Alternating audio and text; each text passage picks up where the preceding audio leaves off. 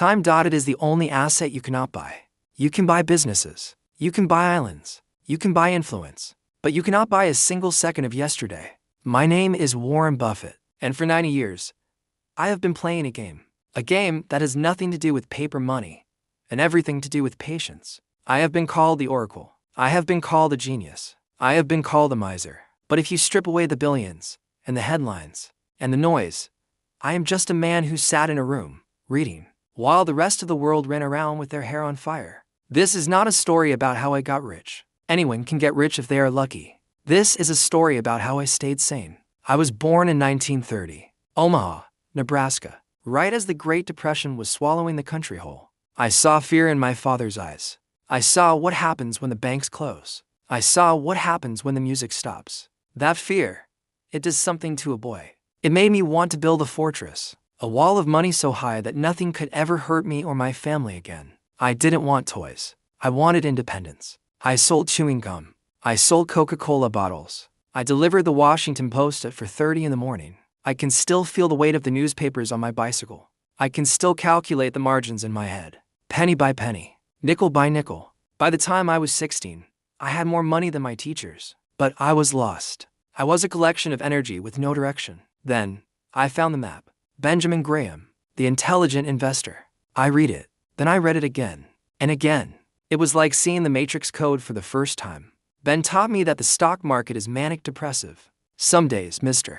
Market is euphoric and wants to sell you everything for a high price. Some days, he is depressed and wants to sell you everything for pennies. The secret wasn't to be smarter than Murdoch Market. It was to be more disciplined. I started a partnership. I worked from my bedroom. I told my investors, don't ask me what I'm buying. Just trust the scorecard. And for years, I bought what we called cigar butts.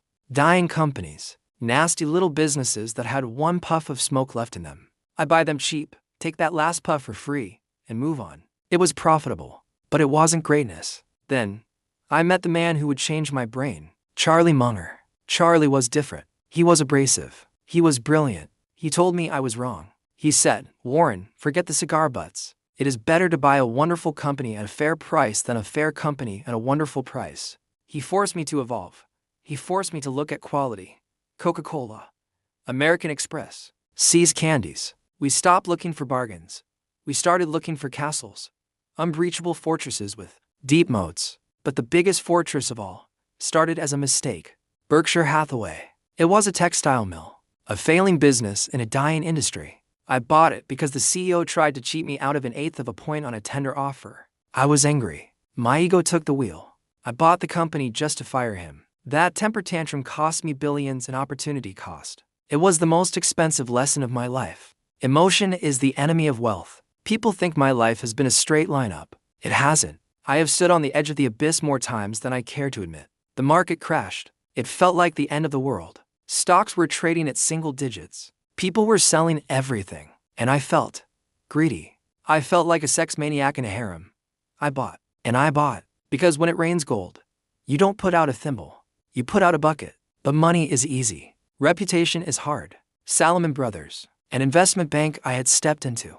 They got caught breaking the rules. The Treasury was going to shut them down. It would have destroyed everything. I had to go before Congress. The cameras were flashing.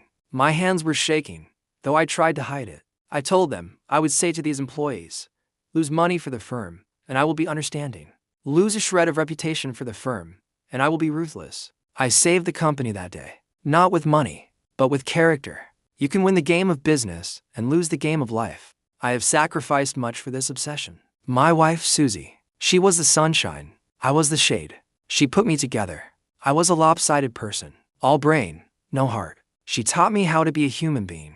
When she left to pursue her own life, it broke me. I sat in my house, the blinds drawn, crying. The billions didn't matter. The stock price didn't matter. We stayed married. We stayed close. But I learned that you cannot automate relationships. You cannot compound interest on love if you are not present. When she died, that was the only time the Oracle had no answers. It was a void that no acquisition could fill. It reminded me of the Ovarian Lottery. I was born a white male in America in 1930. The odds were 30-1 in my favor before I took my first breath. If I had been born in a different place or a different time, my talent for allocating capital would have been useless. I am not a self-made man. I am a lucky man who capitalized on his luck. Now, I am in the final innings, maybe extra innings. I look at the world today. Crypto, day trading.I. People trying to get rich by Tuesday. They are running fast, but they are running on a treadmill. They forget the power of the long game. If you invest $1,000 at 10% for 50 years, you don't just have money, you have freedom. I still live in the same house I bought in 1958. I still eat McDonald's for breakfast. I still drive my own car. Why? Because having more doesn't make you more. I am giving it all away. 99% of it. It goes back to society. Because money is like manure. If you pile it up, it stinks. If you spread it around, it helps things grow. I want my tombstone to say nothing about the stock market. I want it to say, Teacher, I hope I taught you that integrity is the only currency that doesn't inflate. I hope I taught you that the best investment you can make is in yourself. The market will go up. The market will go down. Empires will rise. Empires will fall. But if you are rational, if you are honest, and if you are patient, you will win. My name is Warren Buffett, and the meeting is adjourned. Thank you for watching. Don't forget to subscribe for more stories like this.